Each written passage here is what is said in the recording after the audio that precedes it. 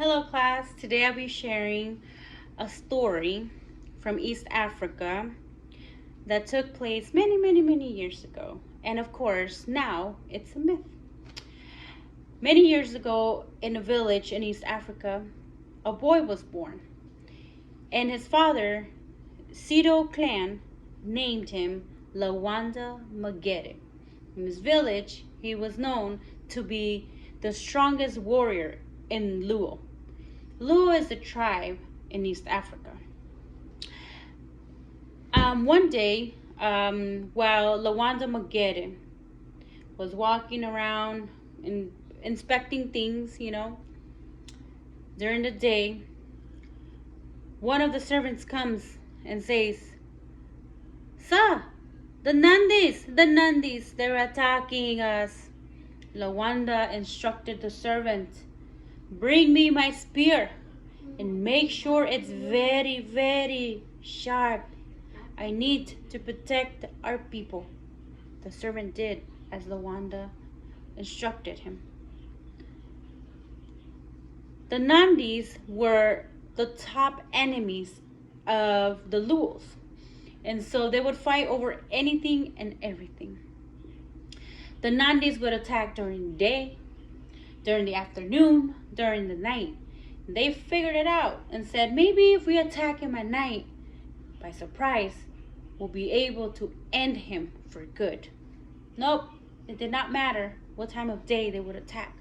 Luanda Magere was strong, very strong. Nobody could defeat him. Nobody had been able to. The men from Nandi, the Nandi men, attacked the Luos once again. This time, they thought, this is it. Today's the day. We're finishing Luanda Magere. Nope. If anything, their men, as soon as they saw Luanda Magere standing, and him being all buff, muscular, standing there with the spear, they frightened. They looked, their legs started to shake, and their hands, their knives would just fall, and they would run back to their houses. At times, the fear was so much that they wouldn't even dare to assist the fight. Luanda Magere was the most feared warrior in East Africa. Luanda Magere took advantage of his strength and out of nowhere started to steal the Nandi's cattle. He must have enjoyed causing the fear in these other men, that whenever these Nandi men would try and battle him, he would just chase them all the way to their houses and make them so scared. The Nandis were exhausted. They had tried everything. No matter what they would do, they couldn't defeat Luanda Magere. Until they said, one day they came with a plan. They talked in between one another, and they came to an agreement and said, you know what? We need a treaty. We are tired that our cattle is getting stolen. Our men are exhausted of being scared of Luanda Magere. We need to put an end to this. So the leader decided that he would make a treaty with Luanda Magere. See, in East Africa, the Nandi tribes have the most beautiful women than any other tribe. From the hair, from head to toes. So they called on Luanda Magere and they said, Luanda Magere, warrior of Luo, today we come because we want to make peace treaty. We, the Nandi people, come offer you Nandi wife. You take, and we have peace. No more running men to their house. No more cattle getting stolen. We want peace. Luanda Magere stands and looks at this beautiful woman from head to toe and is just amazed. He doesn't even realize that they're offering him a Nandi woman, his number one enemy. He's just, how do you say? He's just amazed of such beauty he's seeing, and he accepts. He says, yes, treaty today we make. Luanda Magere took the Nandi woman and married her and made her his second wife. A couple of days passed by.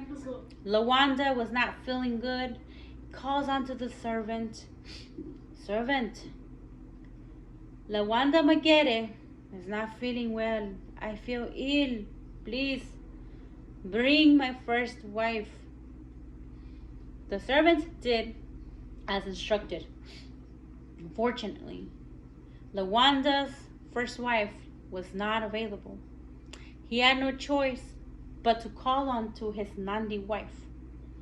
The Nandi wife comes unto Luanda and says, my dear husband, how may I be of your service? Luanda looks at her. Even though he's not feeling well, he's sick, and just that beauty of hers just makes Luanda Magere tell her, my wife, today I will trust you. Today I will put your love to test. I need you to help me heal. The Nandi wife, looking down, says, husband, how can I make you feel you better? Please tell me. Luanda tells the Nandi wife, I need you to cut my shadow, please, and put this medicine under my skin. The Nandi wife, confused, says, husband, I must cut your shadow to put medicine. Yes, wife. The Nandi wife did as Luanda Magere instructed, and she cut his shadow. And to her surprise, she saw the blood coming down from his shadow.